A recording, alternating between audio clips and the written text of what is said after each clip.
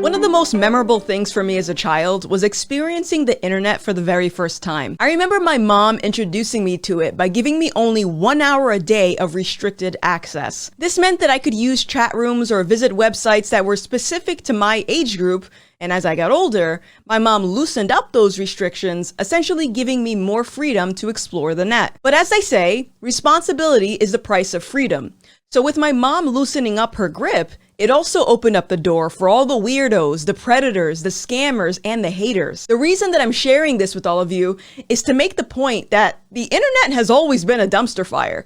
Even in its early stages, it was either a cesspool or a fountain of endless possibilities, depending on how you look at it. I learned a lot from the internet. It helped me be more comfortable speaking with strangers. I learned how to code HTML and CSS, thanks MySpace. And best of all, it helped connect me to different ideas, different cultures, and different beliefs. In retrospect, if my mom didn't restrict my access or monitor the amount of time I spent online, I suspect I would have had a much different experience than a lot of teenagers do today, and I don't have to look further than cancel culture to form that conclusion. Seriously, everywhere you turn, someone's getting canceled for something problematic they said or did, which is drastically different from how I used the internet as a kid. Whenever I came across a website or a video I didn't like, I would just leave the page. And if I encountered someone that was a jerk, I would just block them. And in the event I came across content that was illegal, I would hit the report button. I never took it upon myself to teach anyone a lesson for what they posted online because I had the understanding that I don't own the internet, nor do I have monopoly over what ideas or opinions are allowed to be publicized. Unfortunately though, the current generation didn't get the memo, which is why the internet feels like the Wild West most of the time. So here's my question. How was I able to coexist with other online users and still function in society despite all the obscene content and diverse ideas? This is a rhetorical question, by the way, because I suspect it's a combination of having a very narrow world perspective and lacking emotional maturity. When my mom let me use the internet, she let me experience it in stages to get comfortable being around different ideas. And when she limited my online use to 1 hour a day, it helped me understand that social media wasn't a good representation of the real world. It was more of a reward for doing good in school as opposed to an integrated part of my day-to-day. But now, I see 5-year-olds being raised with tablets, 10-year-olds with smartphones, and high schoolers addicted to social media. And no one sees a problem with this? I remember back in the day, there were commercials that discouraged fashion lines for promoting unrealistic beauty standards because it was harmful to a young girl's self-esteem. Or even the recent PSAs about vaping and how addictive it is to children. But what's crazy is I have yet to see any concern about how addictive or dangerous the online world can be to a child that's unfamiliar. Would you let your child roam the streets of some random city and be comfortable with strangers coming up to them? I hope not. But that's basically what the internet is. You have access to so much, but it's useless if you don't have an understanding of how the world works. Like the understanding that once something is posted online, it's there for life. Or the understanding that most kids are dumb and do dumb things, and learning from those mistakes are a part of growth. But most kids simply lack emotional maturity, which is a recipe for disaster if that same kid has full control over what they see online. So for example, as I just said, kids are dumb. Do you know how many racially insensitive things I posted online as a teenager? A lot. And I say this with a smile on my face because I know that I am no longer that 15-year-old, and I understand that learning from your mistakes is a part of growth. Keyword, learning. Let's put this in perspective. If your math teacher asked you what 9 plus 10 is, and you said 21, how would you react if they called you stupid while the rest of the class laughed at you? And then, every day after, that same class would mock you for your previous mistake. Do you think that experience would have improved your calculations? Or do you think it would have been more helpful if that teacher walked you through the math problem? Maybe they could have set you up with a tutor or an after-school program to bring you up to speed. So when we think about how cancel culture is used as an opportunity to educate someone, I want you to consider the scenario that I just mentioned. How would you, realistically, prefer to be educated? Would you rather someone approach you with patience and a genuine desire to help? Or would you prefer strangers yelling at you, calling you names, and never letting you forget your mistakes, essentially creating bigger problems because now you have social anxiety and the other folks become more disconnected from reality? Like the reality that accountability or education doesn't involve bullying or intimidation. That kind of rhymed. Or the reality that if you lack self-awareness, your efforts to do good in the world can result in bad outcomes, which brings us to the first case that I want to highlight. 18-year-old Jimmy Galligan tried to teach his classmate Mimi Groves a lesson for saying the N-word in a Snapchat video. Did I mention that the video was several years old? And this is where we see the problems that can result from lacking emotional maturity or self-awareness.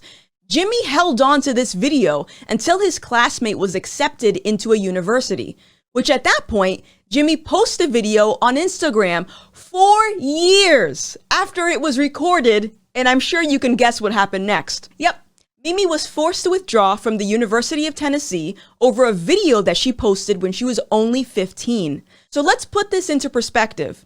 Mimi said the N-word with a hard R, and the punishment was for her to forfeit her education at the university she selected. So to put this into simpler terms, she said a bad word that made someone feel bad. There isn't any proof that states a racist word can lead to violence, so we have to assume that the consequences of her saying that word resulted in some hurt feelings. So if the consequence of saying a bad word hurts your feelings, then how is saying the N-word any different from calling someone any other type of slur? And no, I'm being serious. If the consequences of verbalizing hateful phrases render the same type of an emotional response, then realistically, universities would be vacant. I'm sure someone's called you stupid, fat, or ugly. Doesn't feel good, does it? But if someone called me the N-word, I would feel just as bad. Well, maybe not exactly, because I refuse to allow a word to influence my life anyway, otherwise I wouldn't survive as a YouTuber. So can we conclude that destroying someone's opportunity to further their education is fair punishment for hurting someone's feelings? I don't think it is. But you know what? Let's take it a step further and consider some other factors. Jimmy held on to an old video and only posted it to Instagram once his classmate selected her university. So my question is, did the N-word truly hurt Jimmy's feelings? Or did he lack the emotional maturity to just let it go? After all, the video was 4 years old, and most people probably forgot about it until he brought it up. Jimmy claims that he uploaded the video with the intention of teaching Mimi a lesson.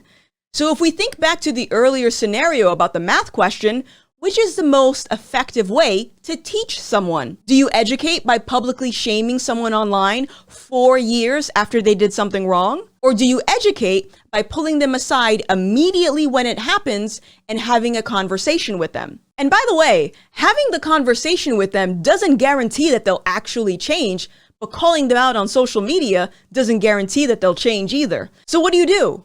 This goes back to what I said earlier about having a very narrow world perspective. Because if he didn't, Jimmy would understand that there will always be people that say not nice things, and sometimes you can't change it, but you can learn to live with it. 4 years went by while Jimmy obsessed over this video. But perhaps that time could have been used for other things like learning about conflict resolution. Unfortunately, he didn't. And to that, I suspect his behavior only reinforced his belief that mob rule is how sensible people solve problems. It isn't. In summary, this could have all been avoided if neither of them had access to social media. Kids will always feel inclined to say and do stupid things, and if I was the parent, I wouldn't allow them an opportunity to publicize those mistakes to the world because I understand how unforgiving the internet can be. That gives them the opportunity to learn from their mistakes without the entire world watching, as a kid should. And if my child was hurt by something a classmate said, limiting their online access would allow them more time to mature and practice emotional discipline so that he understands that 2 wrongs don't make a right. But hold on, there's one more story that I want to cover in this video, and it's the case of Ashley Brock, who was kicked out of a private Baptist university in Texas after she posted a racist video to TikTok.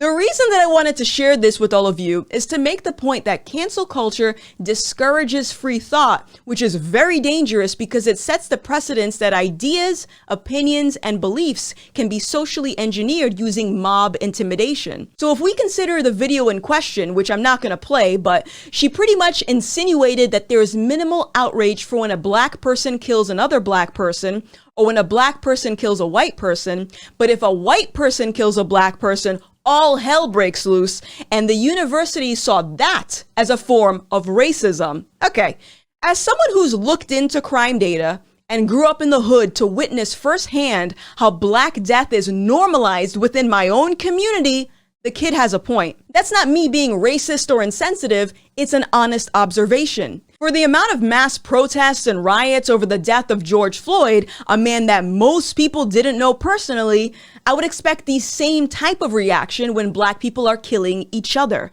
Because otherwise, it just looks like selective outrage. And by kicking her out of college, it reinforces the normalization of Black death, which makes me question if Black lives truly matter to this university. Because if Black lives matter, then honest conversations about those lives need to matter. Though I still wouldn't have posted the video because TikTok isn't the best place for nuanced conversations, which I'm sure she realizes now.